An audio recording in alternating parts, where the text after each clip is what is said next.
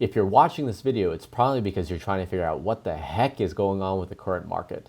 There's so much information out there, and it's hard to make sense of what's going on. Are we in a bull market or are we in a bear market? Is the recession ahead of us or behind us? Is inflation going to come down or is it going to continue? So we're going to follow the KISS principle in this market update. We're going to keep things simple so we don't end up looking stupid by overthinking things. We're going to look at market sentiment, leading indicators, and finally chart prices. So what is the market sentiment currently? Well, if you're like everyone else, you're probably confused with what's going on right now.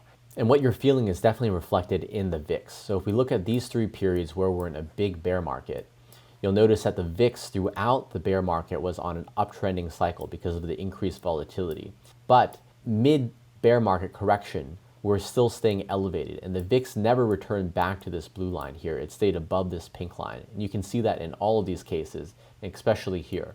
Right now, the VIX is down because we've had this bounce, but it's not back down to the periods where we're in a sustained bull market. So we're definitely not in bull market territory right now, and the VIX is still quite indecisive here, although we've had a bounce the last couple of weeks. So people are definitely feeling calmer. We're not in the depths of these big sell-offs, but we're still in a period of a lot of uncertainty, and people are still concerned that the market may decline further. So now let's take a look at some leading indicators, and by far the most important one is the Fed interest rate.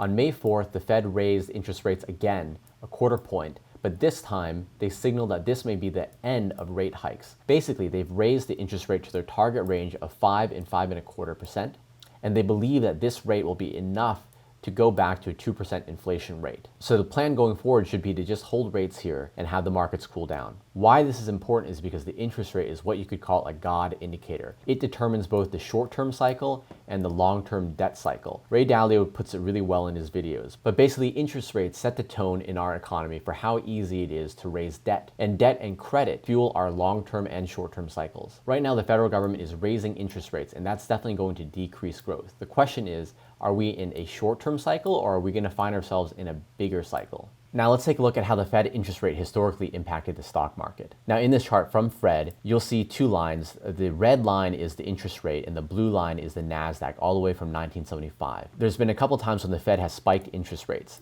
and most recently before COVID here. And in every case, you'll see that a recession followed shortly afterwards. A recession is marked by these gray boxes here. You'll notice in most cases though that the recession didn't start right away. It happened after the interest rate peaked and actually started to come down. And that's exactly where we are right now. The Fed has raised interest rates to 5%, and now they're going to plan on holding it steady until the market comes under control. We saw that last in the 2005-2008 period, and of course you all know that we had a big recession during that time period. That's exactly where we are now, with the Fed having raised interest rates to 5% and planning to hold steady. So based on the chart, we should expect a coming recession. However, it may be after the interest rate actually starts to decline a little bit. And the explanation for that is that the Fed can see the economy weakening, and before things get too bad, they want to cut rates and stimulate the economy. But what about the housing market? How will the housing market be affected by rising interest rates? Well, if we look at the Fed charts, we can look at the Case-Shiller index in blue here and the interest rates again in red. And you'll see a very clear trend, which is that the housing prices have been increasing as interest rates have been decreasing. So there is a strong correlation between the interest rates and housing prices. However, you'll see that housing prices are not nearly as sensitive to interest rates.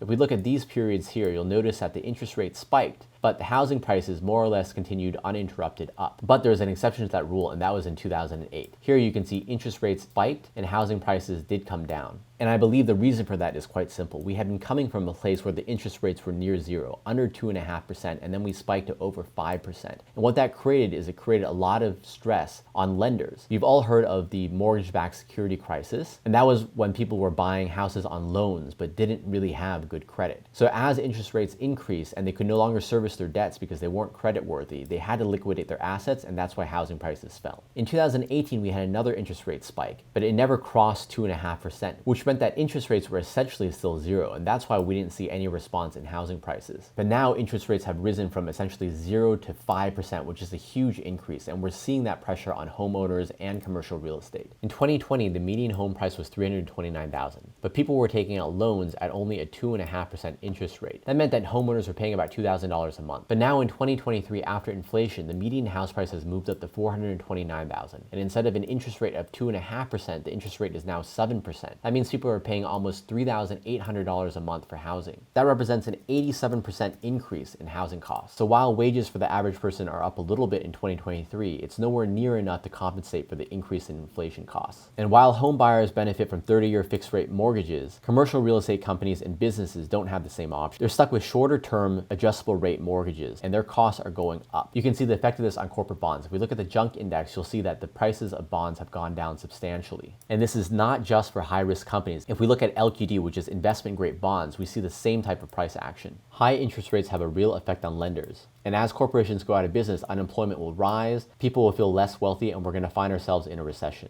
And if we take a look at another leading indicator, which is the yield curve, we'll notice that we're in the area where we have a yield curve inversion.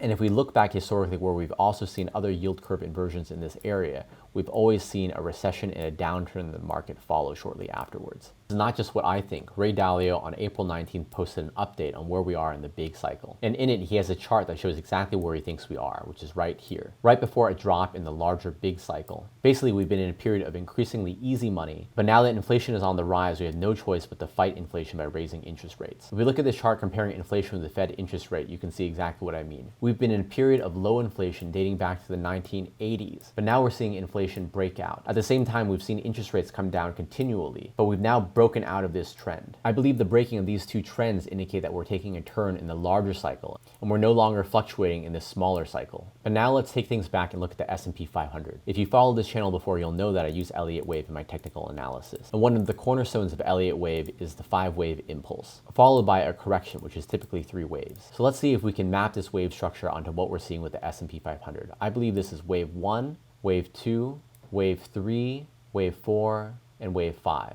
And what's the reason for that? Well, I believe the key is this wave 3-4 structure right here. In Elliott waves, triangles can only appear in a few places, but most notably, they can appear in wave 4. And that's exactly what we have here. We have a perfect expanding triangle. This pattern is unmistakable and can be labeled as A, B, C, D, E. So what comes after 5 waves? Well, a correction. And that's exactly what we're starting to see here. Technically, this correction could take on many shapes, and there's actually an even more bearish scenario that I'm not discussing right now. But in this particular case, I do believe that we're seeing a typical zigzag correction. At least that's what the data is showing us currently. Well, how deep can this correction go? Well, typically we're looking for a correction between the 382 and 0.618 levels, with the 0.618 being the highest probability deep retracement area, and 0.382 being the highest probability shallow retracement area. If we take a closer look at the beginning of this bear market, we'll see that a pattern emerges. And this is a leading diagonal, and it's labeled in Elliott wave, wave 1, wave 2, wave 3, wave 4, wave 5. And the key thing about this pattern is that it always appears at the beginning of a larger pattern. So that would mean that we're not done yet. Essentially, we're looking for the start of this pattern, a counter trend rally, and then the completion of the pattern. If we believe that the latest price action will be the highest we get for this bear market rally, then we can do a projection of where we think the market is going to end up. We can use a parallel channel along with a Fibonacci extension, and that would give us a projection of something like $290. Of course, we're going to have to evaluate this as data comes in and readjust. But what about the most recent price action? Could it be that we actually started a new bull run? Well, if we use the channel, we'll see that price action is actually pretty weak. Typically, what we want to see is we want to see price action that breaks out of this channel, signaling that that's the dominant trend. If we see price action that is contained within the channel, just like this means this is typically counter trend price action and not the dominant direction. And you can see that we've clearly fallen out of this channel. Also, the size of this bear market rally is very typical. If we take a look at this, it's between the 0.5 and 0.618 level,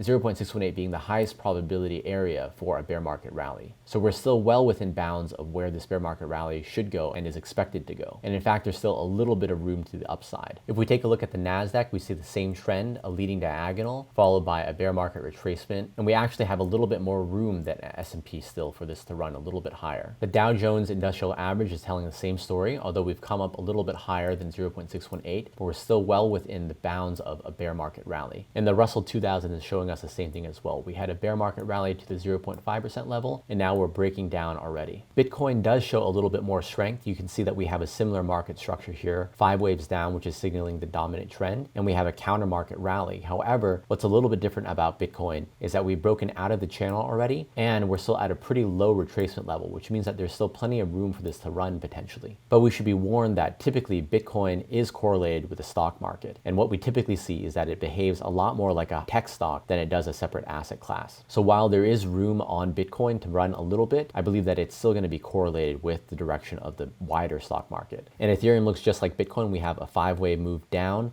which signals the dominant direction. However, on the bear market rally, we did break outside of this channel, although now we're back inside of it. We're still also at a pretty small retracement level, so there is potentially room for this to go higher. So in summary, where do I think things are headed? Well, I think interest rates are really going to dictate the direction of markets. And although we've had a pretty strong bear market rally and there is still a little bit more room to the upside, I do believe that the general direction is going to be down going forward. And we should see a correction at least to the 382 level. And if things get bad, all the way to the 0.618 level or even worse. And I expect housing prices to follow as well. Remember, this is not just market dynamics playing out in the housing market.